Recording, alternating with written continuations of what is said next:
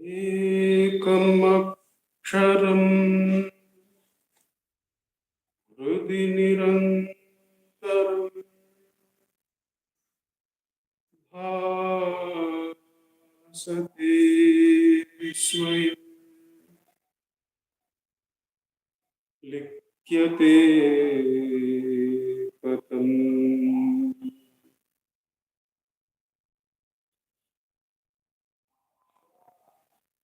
Hridaya kuhara madhye kevalam brahmamatram yaham aham iti sakshat atmarupena bhati hrudi vishamanasa swam Chingvata Majjata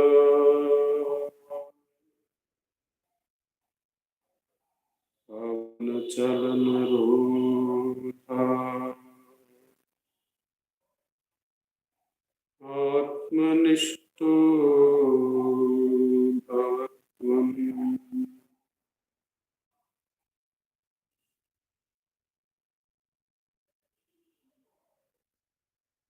Deham Brahmayavat Jadatmakam Aham Buddhirnatasyastyato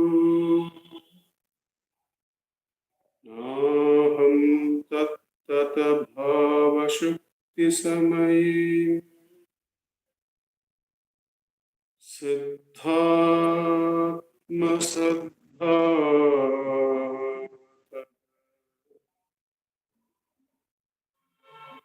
Koham Bhavayuta Kuto Varathiya Drishtatmanishtatmana Soham Spurtitaya Arunachala Shiva Purno Vibhati Swayam Soham Spurtitaya Arunachala Shiva Purno Vibhati Swayam.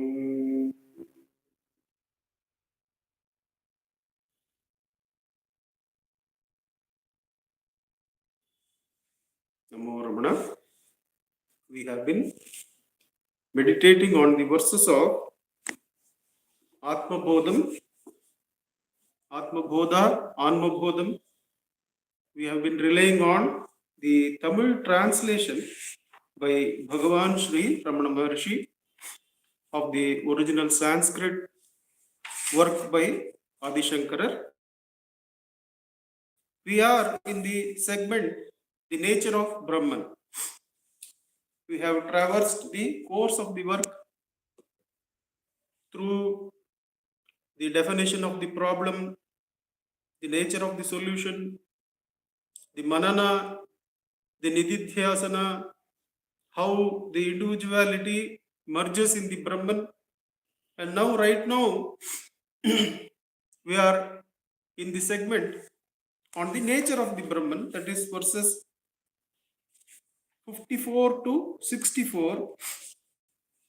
We have covered one 62 also. We 63, 64, and if possible, go into 65, which starts the how self-realization itself The Atmajnanam is Brahmajnana. Self-realization and Brahmajnana are one and the same. 65, 67, 65, 66, 67 and 68. That would briefly looking at the verse we finished off, 62.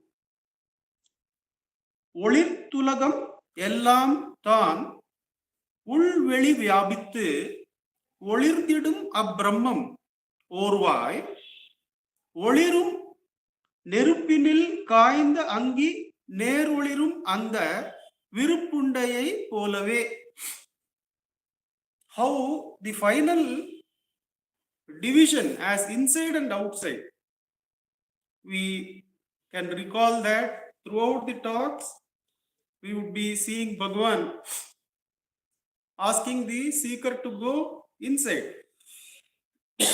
We also saw the specific case of Gunaji, where he had received the upadesham of go inward, receive the grace, hold the eye.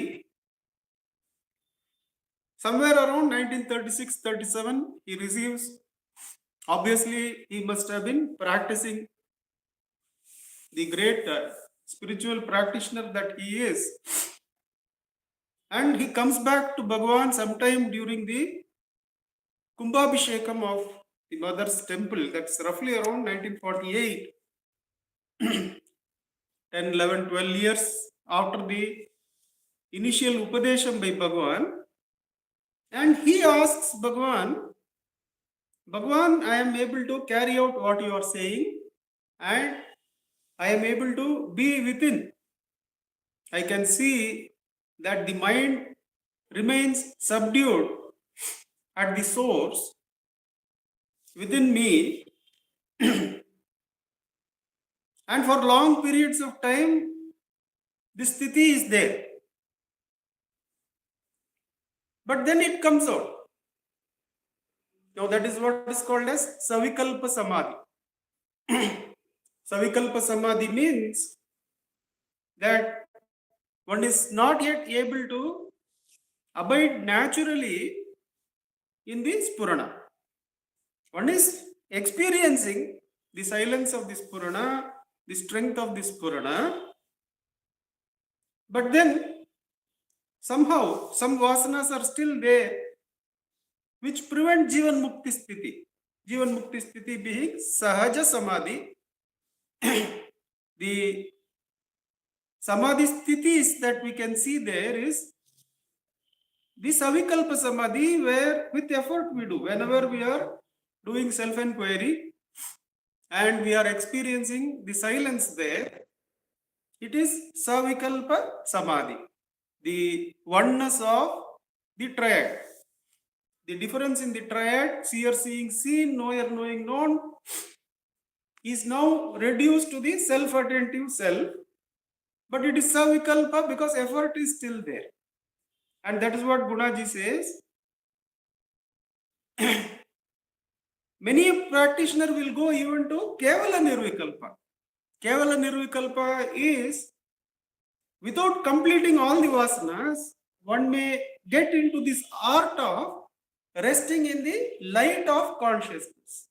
The difference between sleep and Kevala Nirvikalpa is, in sleep we go to complete rest in the darkness of ignorance, whereas in Kevala Nirvikalpa we go to rest in the fullness of light of the self.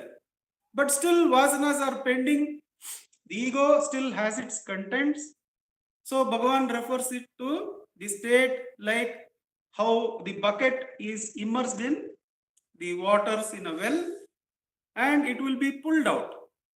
And he gives the example of a saint having gone into Nirvikalpa state, Kevala Nirvikalpa, after asking for a glass of water, and remains in Kevala Nirvikalpa for about 1,000 years.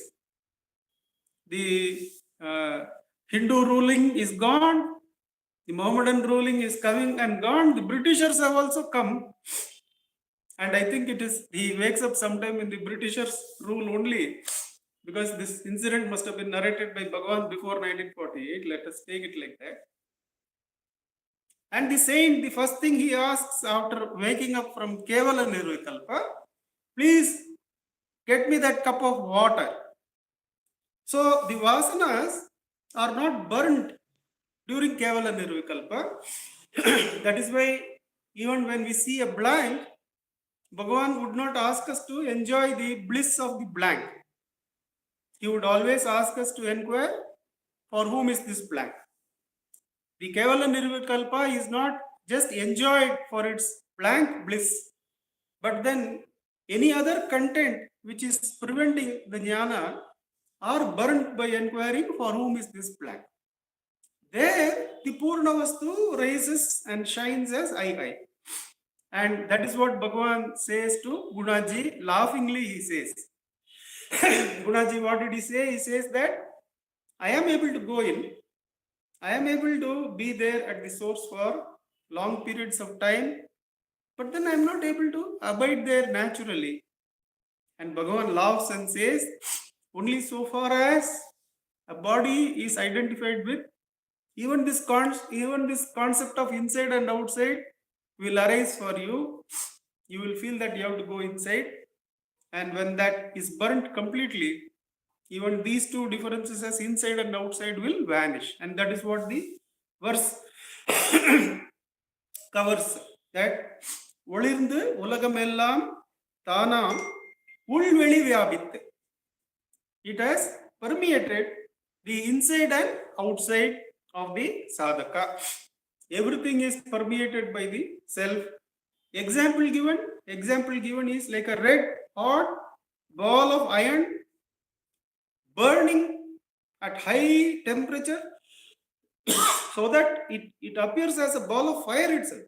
The fire, Agni, is permeating inside and outside of the ball of fire. But see how great the Acharya is. He gives us Stula example first, where the ball of fire is given as the example of the self-realization or Brahman.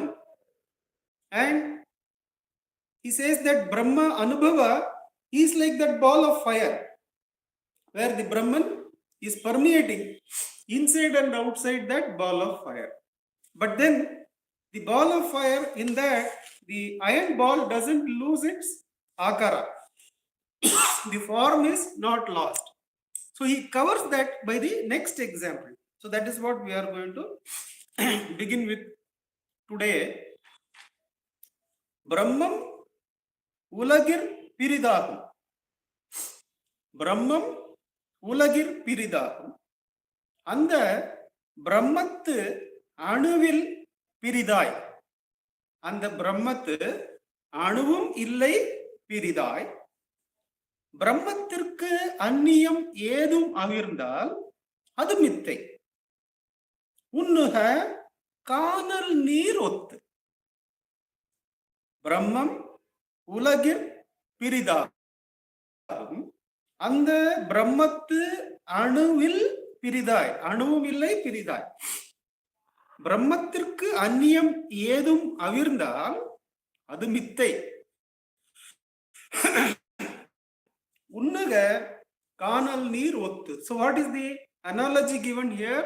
The Acharya, from the Vepundai, the iron ball permeated inside and outside by fire, which still retains its form, he takes the analogy of the mirage, where it is merely a projection, it's merely a picture which is not real at all.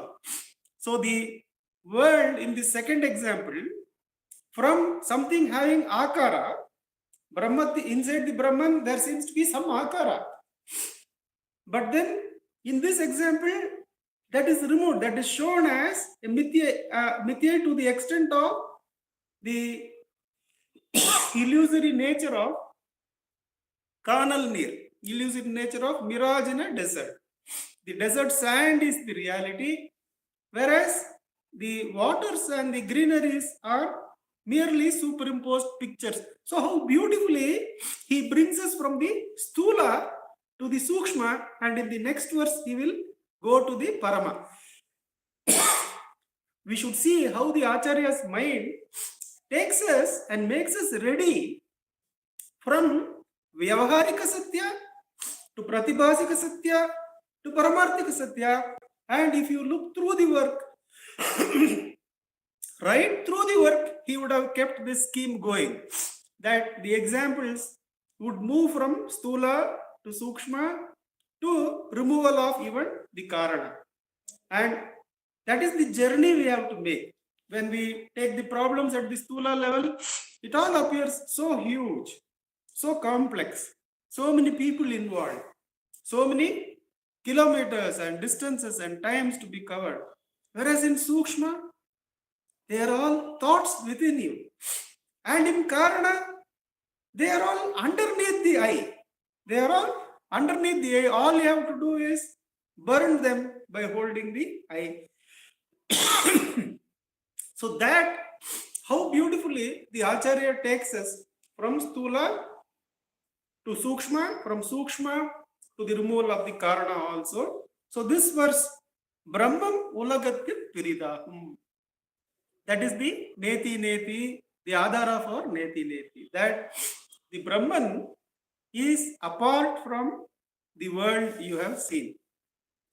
Brahmatil and the Brahmatil Anuvil Piridai. Not even an atom can be apart from the Brahman.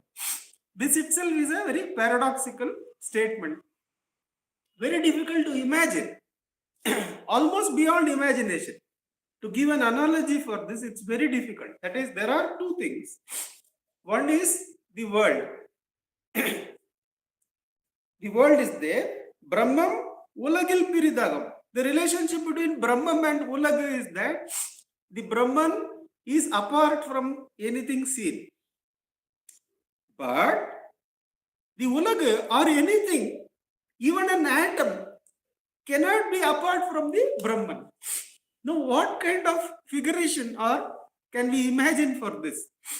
Something which has surrounded but kept a distance from within its core by some magnetic force or something that it has kept its distance, but without that outer support, the inner thing cannot work.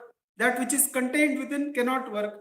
If you can imagine some such configuration, then that outer is not dependent on the inner one, which is like a womb for the inner thing to take place. At the same time, it is apart from whatever is in the inside. That is the first statement. And the second statement is what is inside the Brahman nothing can be apart from that Brahman. Now, how this is achieved is when you understand what is this Akandakara Vritti. The Akandakara Vritti of I that Bhagavan says, its nature is completely different from the triad. That is the seer seeing seen, which is the relationship required for appearance of the world. That is completely transcended in the Meyaham, in the true self of I. But at the same time, without this true self, you cannot have the world or even an atom. How you can check that? The true self being always self-attentive. Whenever another is seen, you can always ask for whom, and you will get the answer, it is for me. So from an object-attentive jiva, you shift in Savikalpa Samadhi to subject-attentive sadhaka. Sadhaka in Savikalpa Samadhi. Though there is effort required to turn away from the object, you make that effort and hold the eye. So we get the understanding for this relationship through Atma Vichara itself. That this self-attentive eye, which you rest in when you ask, who am I? The self-attentive eye is apart from the thought you had, is apart from the sensory activity that was going on. You are walking on the road.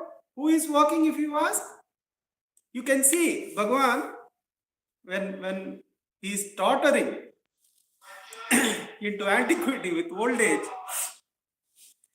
his attendants would rush to support his body when body is tottering.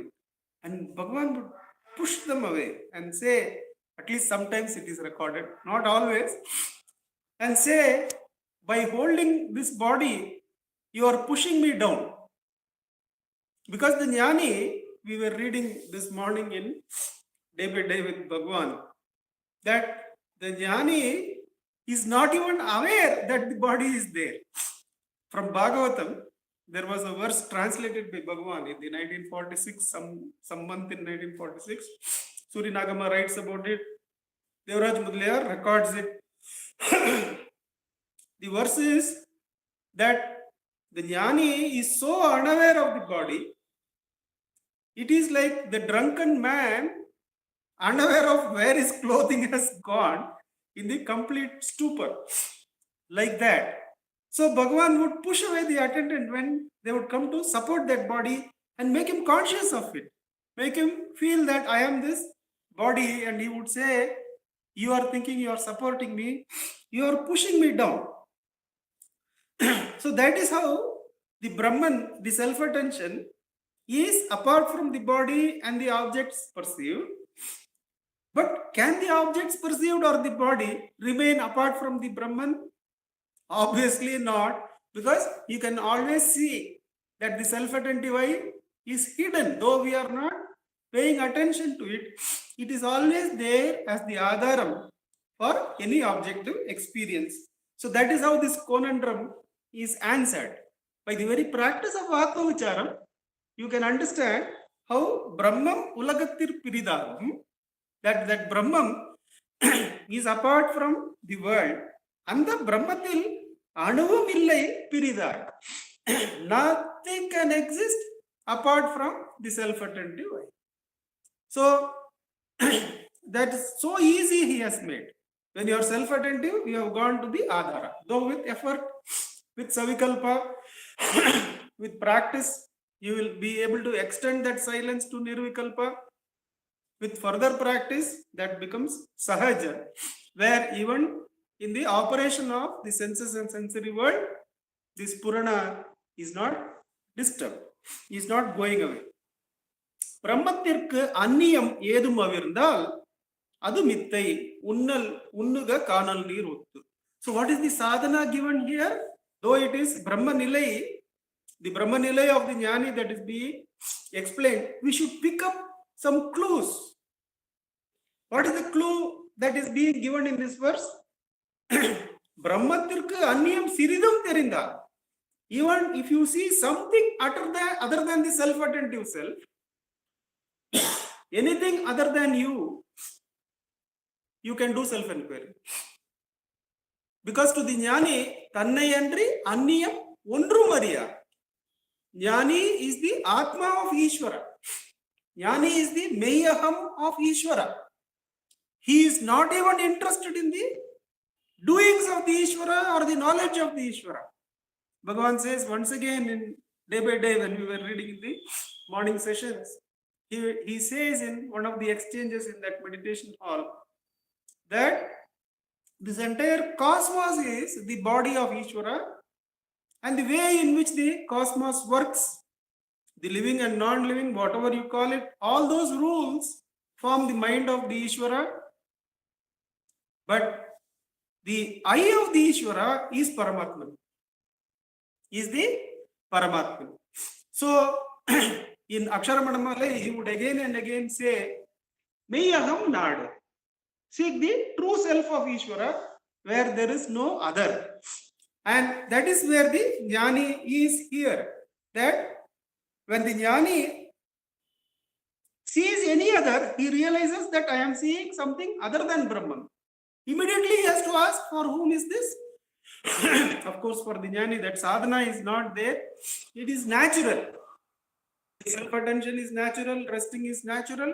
But for us, the clue we can take, for the sadhana, the clue we can take is that the opportunity for self-enquiry is present at all times. Whenever you realize you are seeing something other than the self, immediately you can ask, for whom is this? For me, who am I? That is the verse number 63. Brahmam ulagathir piridahum. Brahmathir anuvavillai piridai. Brahmathirku anniyam ஏதும் அவிர்ந்தால், if anything is seen other than the self, அது மித்தை. உண்ணுக காணல் நீர் ஒத்து. From Vipundai, the hot iron ball in flames inside and outside, he has gone to the analogy of the mirage. Then let's see how that is also crossed. எது எது காணவும் கேட்கவும் ஏயும். எது எது காணவும் கேட்கவும் ஏயும் means exists. Whatever is there for you to see or hear. எது எது காணவும் கேட்கவும் ஏயும், அது பிரம்மத்திற்கு அந்நியம் ஆகாது. So the last sentence of the previous is picked up here in a positive way. What did the last sentence say? That if you see it as alien, then it is mithya. Here the positivity of it is taken, that எது காணல், எது எது காணவும் கேட்கவும் ஏயும், அது பிரம்மத்திற்கு அந்நியம் ஆகாது, அதுவுமே தத்துவ ஞானத்தினால் சச்சித் அனந்தமாம் அத்வித பிரம்மம் ஆம். No analogy here. No analogy of iron ball in fire. No analogy of the remnants of a mirage. No. Here, whatever you see anniyam, it is your bounden duty to merge it into the Atma Swarupa, to merge it into the Brahman. Because what is in reality it is? In reality, what you were calling as something else is actually Brahman. There is a humorous incident. The humorous incidents in Jnana Marga are quite dry. That's a different story altogether. But then there is this incident where Seshadri Swamigal is in his rounds in the Tiruvannamalai town, and he meets one of the Jnana Sadhakas, probably one of the devotees of Bhagavan known to us only, because this is recorded in the Bhagavan's accounts, in the books that I have read in Bhagavan's side, not from Seshadri Swamigal ashram. So it must be recorded by one of the devotees of Bhagavan. There is a buffalo which is standing near to them, and that person, the devotee, is referring to erume irukku konjam indha pakkam vaangu, or something like that. That there is this buffalo. Erumai in Tamil means buffalo. That buffalo is there, please move aside, or something like that. And Seshadri Swamigal says, Erumayam, Erumai, Brahmam nu sollu. Why do you call it as buffalo? Call it as Brahman. No, it is not merely joke. It is actually the Guru pushing the sadhaka inside. Because we should not forget Bhagavan saying that Ashtamurti Brith Deva Pujanam. What is the best puja that you can offer? Bhagavan comes in Upadesha Saram. After completing that Kaya Vangmana Karyam Uttamam, Pujanam Japa Chintanam Krama, Jagata Ishadi Yukta Sevanam, Ashtamurti Brith Deva Pujan. What is the best puja you can offer? Whatever you can see, whatever you can hear, you should treat it as Arunachala. You should treat it as Brahman. You should treat it as the Supreme. How beautifully the puja is determined by Bhagavan. You see that if whatever you see, whatever you hear is only Arunachala or Brahman, or pushing you to ask, who am I? Then the rest of the senses also should be treated similarly. So not only seeing and hearing, but smelling, touching and tasting also. Whatever you touch, taste and smell are also the same Brahman only. That means what? Suppose you still want to call all those multiple things by one name, because it is all one. You want to call it Ramana. then from there you don't need to see different things. All you need to see to get ekagrata and to get shanti and shakti is to keep looking at them, hearing them, tasting them, smelling them, and touching them only as Ramana. We had this great devotee of Bhagavan. I am not sure about his continued presence. Sabhapati sir, whose entire family were Bhagavan's devotees. He had this wonderful practice that whomsoever he would meet, whomever, first thing he would ask, what is your name? So he asked me, what is my name? I told Nandakumar. From there on, he would call me Nandakumar Ramana. Whoever he meets, he will add Ramana to that name. How wonderfully he was implementing that, and without even we feeling bad about it, because he was still mentioning our own name also, and he would add Ramana to it. So his sadhana was also completed. Ashtamurti Brud Deva Pujanam, seeing everything as Ramana. And here you are asked to see everything as Brahman. See, it is the same Brahman. In the Bhakti Sadhana, we have been allowed. In what way that name gets the Shakti, we don't know.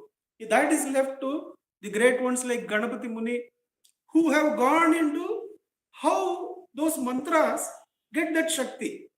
He has gone into that deriving of Shakti by the mantra. We are not, we are just to eat the food and enjoy. Tell Ramana and enjoy the bliss. How Ramana got the power? No, who wants all that? Just say Ramana, Ramana, Ramana, you are in bliss. Here, Ramana himself is asking us, you go to the Brahman. That whatever exists for hearing and seeing, therefore for tasting, touching, smelling, other Brahmatirka. Can it ever be apart from the ever luminous, ever present Brahman, which we can practically see as self-attention? And we have cross-checked in the previous verse that any alien thing you see, if you ask for whom, that self-attentive eye is always hidden there. So the Brahman or the self-attentive eye, which we are going to complete in 65, 67, 68, as the Atmajnana itself is Brahmajnana, self-realization itself is Brahmajnana. We have cross-verified that really, practically, in our day-to-day living itself, nothing seen, nothing heard can exist apart from the self-attentive eye. We have cross-checked that. And that's what the verses say. Adu Brahmatirka Anniyam Agave Agade. Adume Tattva Jnanatnal. Once you come to the Nishta, what Gunaji got as the final tap, there is no outside, inside. There is only this Purana. Even the last concepts of outside, inside. I am diving and I am going in and being in that self. Arey Baba, where is there inside to dive? Where is there outside to lose yourself? There is only the Atma Swarupa. So anything other than this Purana is visible, that by Tattva Jnanatal, by the abiding in this Purana, you understand, you experience, you are that one substance. That one substance called the Brahman. Adum Tattva Jnanatal, Satchit Anandama. Adu Brahmam Agum. Whatever you see. Now, let's say I am seeing some number of people on the screen, let us say. All that is only really Brahman. Now, where do I rest? How do I see who is really Ujjwalji? How do I see who is really Shrikantji? How do I see who is really Shahibishji? That cannot be with these eyes, with this mind, the judgments I have with these experiences with them. No. To see them really, all I have to do is the simple thing. Who is saying Shrikant?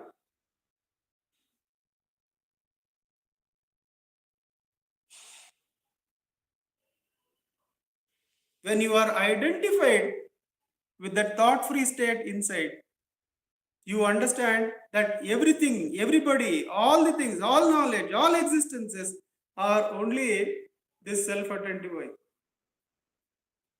Tattva Jnanata, by understanding the truth, they are all seen as Brahman. All are seen as, when I see the Brahman, I know who my daughter is. When I see Brahman, I see who my wife is. They are not the ones whom I have construed through the eyes, through the relationships, through the act of marriage, through the act of progeny getting. No. Who are they in reality? That's why Bhagavan would say, where is the necessity to run away from family? All you have to do is understand that you can see their reality only when you see your own reality. This person, he removes the capital that we have, that we don't have to go anywhere or do anything to have absolute sannyasa. Absolute sannyasa is given here and now. But this much we have to do. Whenever we see anything other than the self-attentive way, be it the so-called daughter, the so-called other, immediately you have to ask for whom is this. That is not daughter or Erumai. It is the Brahman. It is the Atma Swarupa. When you see yourself clearly, you see everything clearly. And that is what is there in the next verse. The next verse is Sarvatvam Sarnadam Satchittanandam Brahmatai Sarvatvam Sarnadam Satchittanandam Brahmatai Jnanakan Petran Darisippan Jnanakan Illadan Annane Kachi Olir Banavai Andan Pola Par. Who can see? So, from 65 onwards, we are going into how the self-knowledge meets Brahmajnana. That the Atma Vichara we are practicing, how it is called as Atma Jnana, it is the same as Brahma Vidya. In Ashtotram, suddenly he will say Bhagavan is teaching us Brahma Vidya. Suddenly he will say Bhagavan is teaching us Atma Vidya. Both are not different. They are one and the same. Because the self-attentive I is ever present. Brahman is known to be ever present, is believed to be ever present because the Guru has said. But by experience itself, you can understand that whenever you see something other, you have to ask, even if you are remembering that you slept, who is it that slept if you ask? For the self-attentive I, that sleep was one of the fragments which can be now remembered. But self-attention cannot be remembered. Self-attention has to be held in the present moment. None of those objective existences can exist apart from the self-attention. And that is Jnanakan. What is Jnanakan? It is definitely not the Unakan. It is definitely not the eyes we are seeing with. We can Jnanakan Petran Darisippa. How do I see who is Revatima? How do I have darshan of the reality of Revatima as Brahman? Only when I have Jnanakan. So forget about whom I am seeing. It is not at all important what complex situation you are in. You are buffeted by this person, that problem, this problem. Somebody is easy. Don't see them and feel you are worse off, they are better off. Absolutely not. All you have to do is change your eye. We can recall that scientist boy who had come to Bhagavan. Quickly, if we recall that experiment, that boy comes in, his father has joined him in the hostel and his last exams are over. Some refund or something he gets, to that person's great blessing. He uses that money to come to Ramanacentre before going to his hometown. And in the hall, he was thinking he will be able to ask questions to Bhagavan. And everybody is seated like, I don't have to see anything Anyam. And he picks up that book, Ulladu Narpadu there. And after reading the first 2 verses, he throws the book down. And Bhagavan looks at him and asks, why have you thrown that book? What is the frustration? And he says, Bhagavan, you are seated there on the divan. I am seated here on the ground. At least 2 of us are there. And you are saying that there is only one. There is only the Atma Swarupa, there is only the Brahman. How can it be true? And Bhagavan laughs and he says, have you not done experiments in your lab. Yes, I have done experiments in my lab. And Bhagavan further says, have you not seen that the truth of the object being seen is better perceived when the instruments are subtle? When the instruments of perception used are subtle, and that one immediately catches. Yes, when I see with my mere eyes, that is actually a skin. When I put it in the petri dish and do some solutions, preserve it, put it in a slide and look through a microscope, I can see some other thing. I can see some cells, some biological cells. If I use electron microscope, I can see something else, more refined. Definitely what you are saying is correct.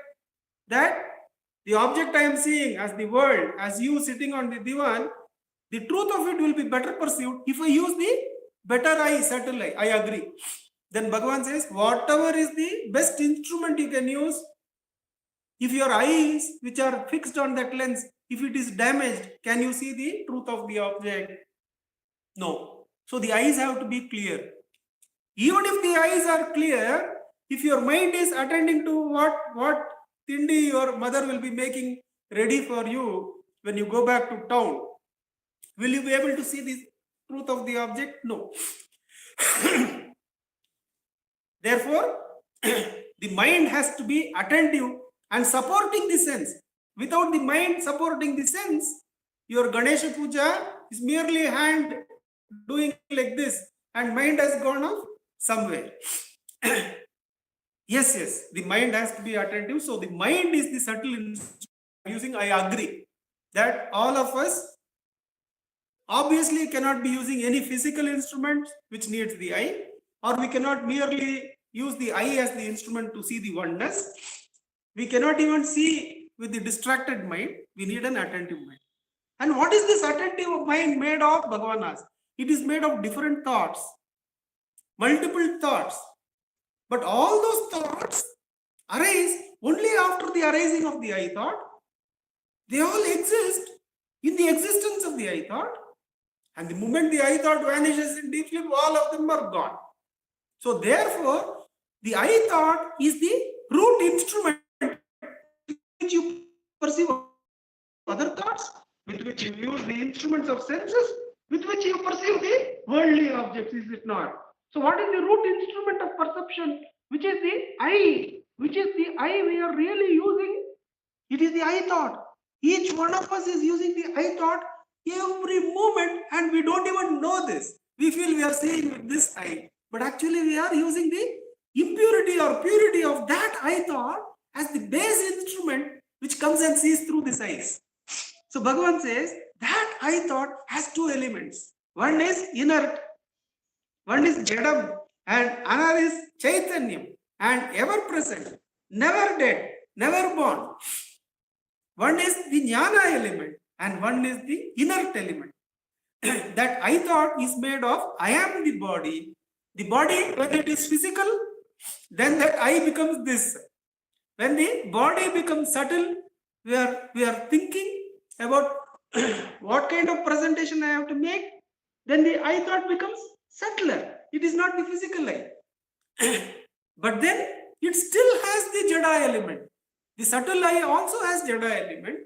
Therefore, Bhagavan says that unless that I thought is removed of all jada element, the association with the physical body, the association with other thoughts, how purity Bhagavan brings in us, you see, when one thought arises, he says, if you associate the I with the next thought, you are malinya, you are impure.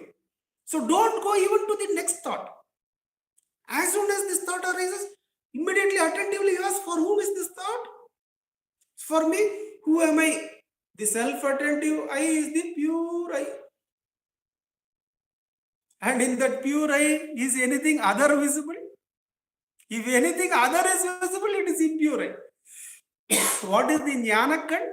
The jnanakan is what we are blessed with in practice of Atma Vichara.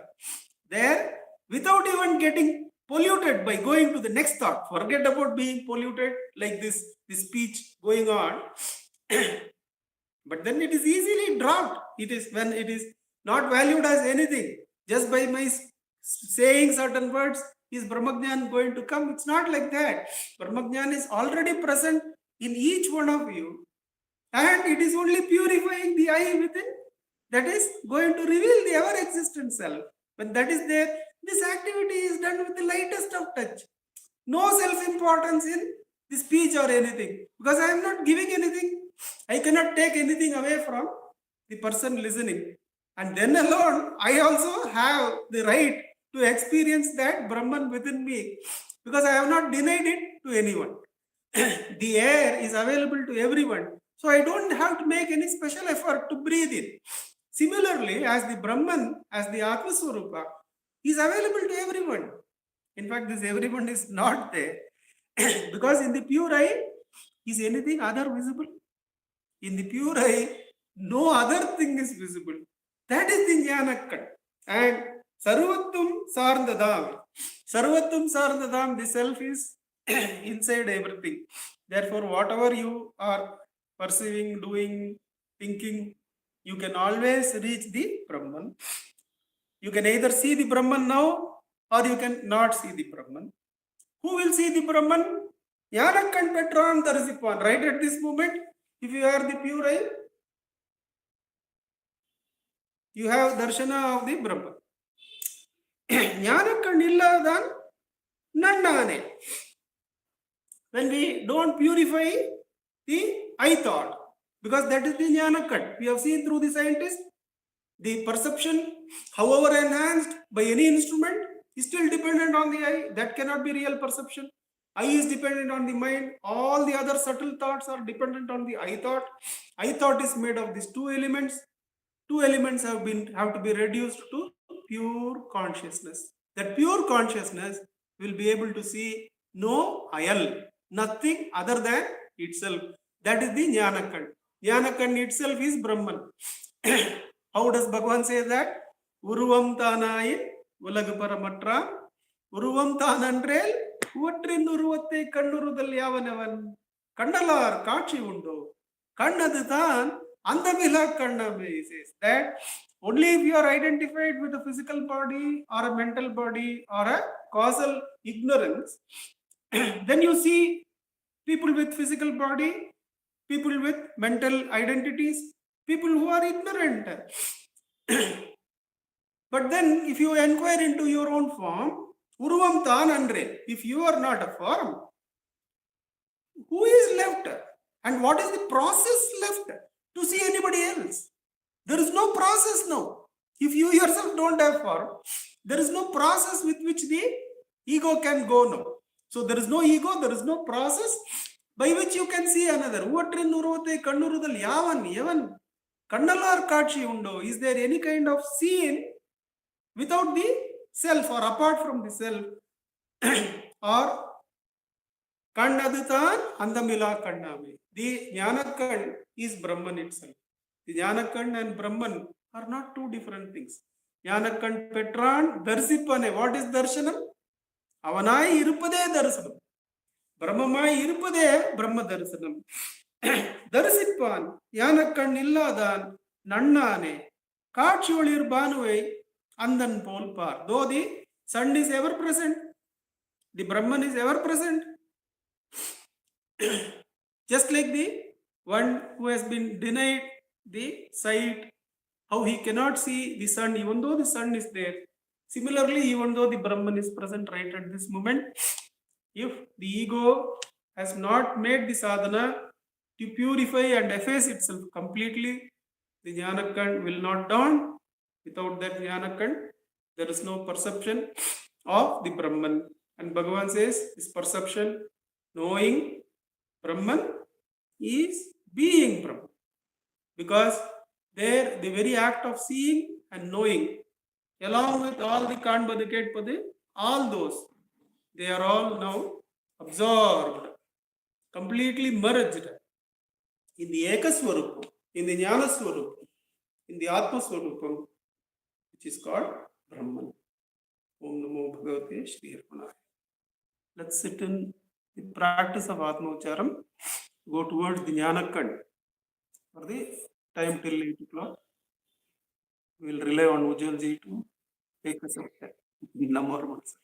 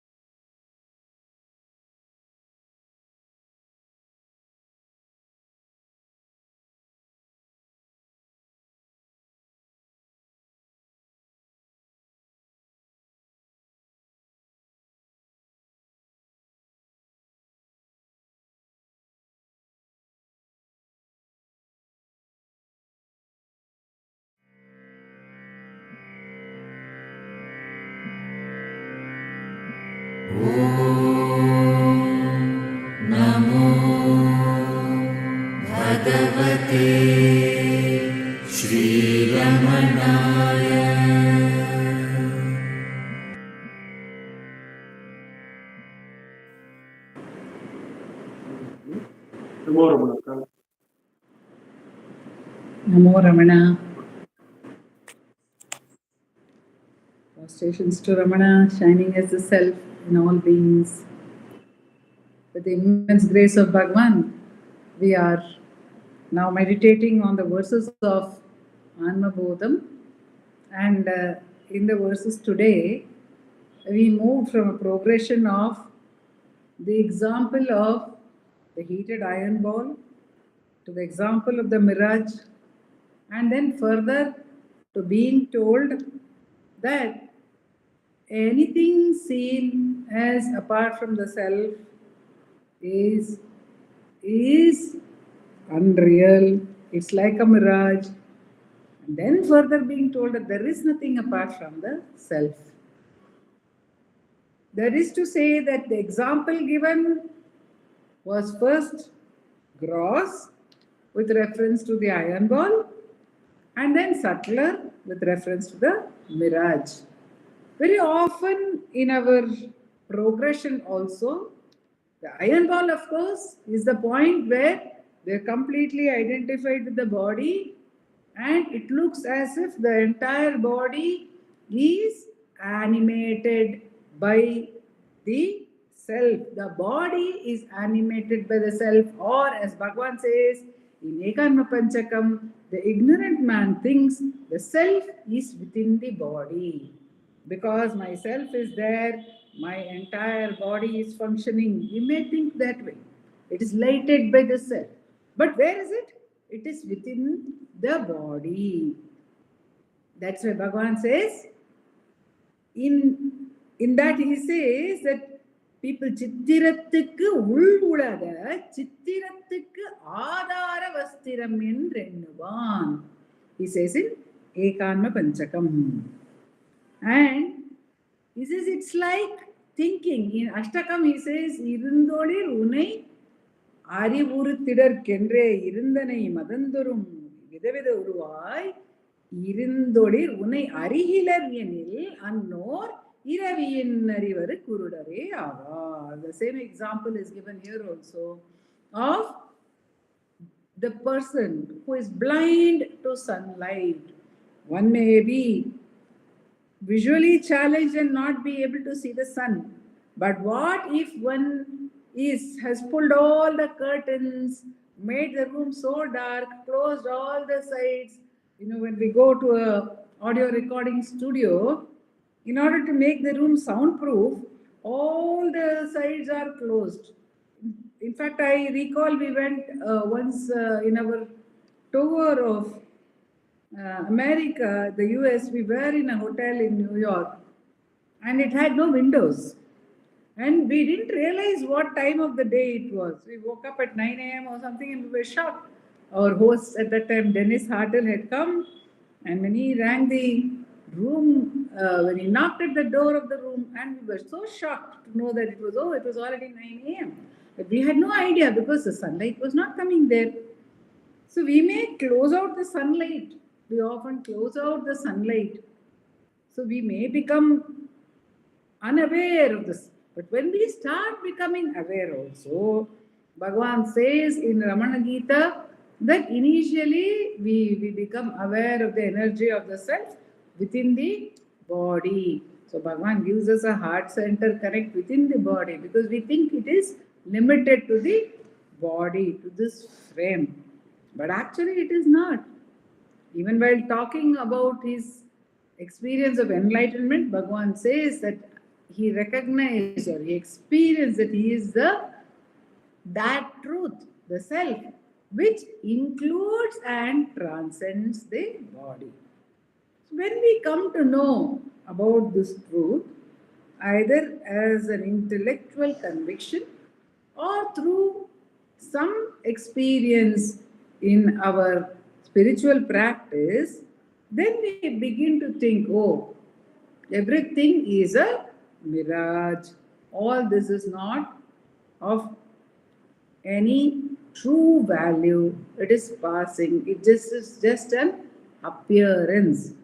But to think something is an appearance, there has to be the duality. There has to be the feeling that, oh, I am real and I am calling something else unreal. But how real is the one who calls something else a mirage? In this case, how real is the very one who is calling something else a mirage? The one who is calling something a mirage is himself or herself or itself the mirage. It's itself the part of that. So, this concept of saying everything is an illusion is still within the realm of duality. It still affirms the body identity. If Bhagavan says in Ulladu Narpadu, he says that a man does not keep on saying, I am a man, I am a man. When will he have to say, I am a man? If he is having some illusion that he is a dog or he is a cat or he is something, then he will have to tell himself, no, I am not a dog, I am a man. So, whenever we tell ourselves that something is an illusion, the world is an illusion, this body is an illusion, this is not real, who is saying it? Only one who has a body identity can say that the body is not real. Equally, as the one who has a body identity says the body is real, similarly, it is that it is the one who has a body identity who can say the body is not real. Whereas the one established in the self does not say anything. He does not have to say that the body is unreal, the world is unreal. In Ramana Gita, in the very beginning itself, Bhagavan says, the one established in the self doesn't have to say, I am the self, I am Brahman. Neither has to say the world is unreal. Nothing, because it is natural. The experience is so natural. So there will be no division at all. And about the Kevala Nirvikalpa Samadhi, Bhagwan refers to one story, the story which comes in Tripura Rahasya, the story of Hemaleka and Hemachuda, where Hemachuda is a jnani, Hemaleka is a jnani, Hemachuda is wedded to her, he is the king, but he is amazed by her ways, and finally he asks her about her state and she begins to initiate him into the glory of self-knowledge. But once he is convinced and slowly he is on the path, and then he experiences Nirvikalpa Samadhi. And then she comes and wakes him up and she teases him and says, Oh king, you used to be so fond of me. How come you have forgotten me? And the king says, No, you are now teasing me. You are fully aware of the truth. But why did you wake me up? I was in bliss. Why did you just disturb my samadhi? Then she tells him, she says, O king, if that bliss of yours can go away or can be taken away from you by the mere movement of your eyelids, of what use is it? You were sitting in samadhi, you had your eyes closed, and you were in bliss. The moment I came and woke you up, you opened your eyes and your bliss has gone away. Of what use is such a bliss? Even of that exalted state, she says, it should be something which is natural. The Sahaja Nirvikalpa Samadhi, which Bhagavan talks about and explains to us, the state in which Bhagavan moved for 54 years after his enlightenment, just to reveal to all of us the glory of that state, the simplicity of that, the grandeur and the simplicity of that state. Bhagavan retained that body with all the difficulties that the body is. He retained that body out of pure compassion, not as with a compassion as any motive, not with the motive of teaching us or revealing, but that is the supreme plan that Bhagavan's body was there for 54 years to reveal the glory of that state. And until that point of time, we are told in these beautiful verses, at any point of time when we see another, when there is the presence of the other, then there is, as Nandakumar sweetly said, there is work to be done. There is self-enquiry to be done. We have to get back. We have to question the presence of the other, because Bhagavan says there is no other. And if we look at our lives, the rise of a thought is only because of the dependence on the other. We believe in the value of the other. If there is no value of another, if the self is seen or known to us as the most valuable, the only thing which is there, why would the mind rise in the form of a thought? It rises to achieve something, to experience something which has to be outside, isn't it? Otherwise, why move outside? Thought takes us outward because we do not value the self, because we do not understand that the self by itself is the most valuable, it is the greatest treasure. That is also referred to the great treasure which it is. And Adi Shankara in one of his verses says that forget about the self being the only treasure. Anything other than the self is so futile. So he even says, what if one has got everything in this world? What if one has got the love of everyone in this world? What if one has got all the riches in this world? What if one has got all the capacities, all the talent in this world? If one is not abiding in the self, there is no use at all. It is a poem called Anatma Shri Nigarhanam. That is, any Shri, any wealth other than the Atma, if you see anything as worthwhile other than the Atma, if you see anything as apart and worthwhile, that is absolutely futile. That's what he says. He even says, what if you are the ruler of the Loka of Shambhu? Who is the ruler of Loka of Shambhu? It is Shambhu himself. What if you are? If that Shambhu is not in the Sahaja Nirvikalpa, is not in the Sahaja Samadhi, it is of no use being even Shambhu.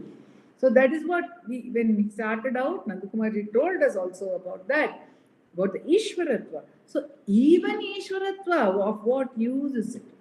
That is the value of the self. That is the glory of the self.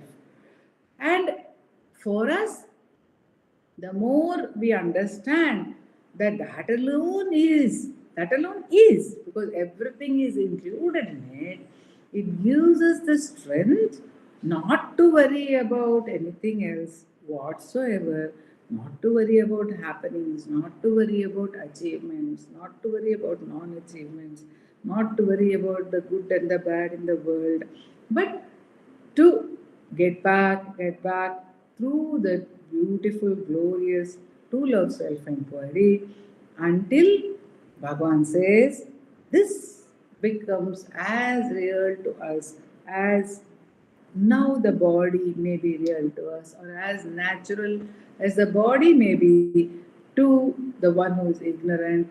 The self is that natural to the one who abides in it. And that is the great boon which Bhagavan is constantly giving to us, constantly blessing us with in his very natural grace. As the Buddha says, grace is very natural to him. In that natural grace, he is allowing us, the satsang, to meditate on this truth so that we are reminded about it and we can go back to it and allow him as the inner guru to envelop us. Om Namo Bhagavate Sri Ramana. Namo Ramana. Namo Ramana to all.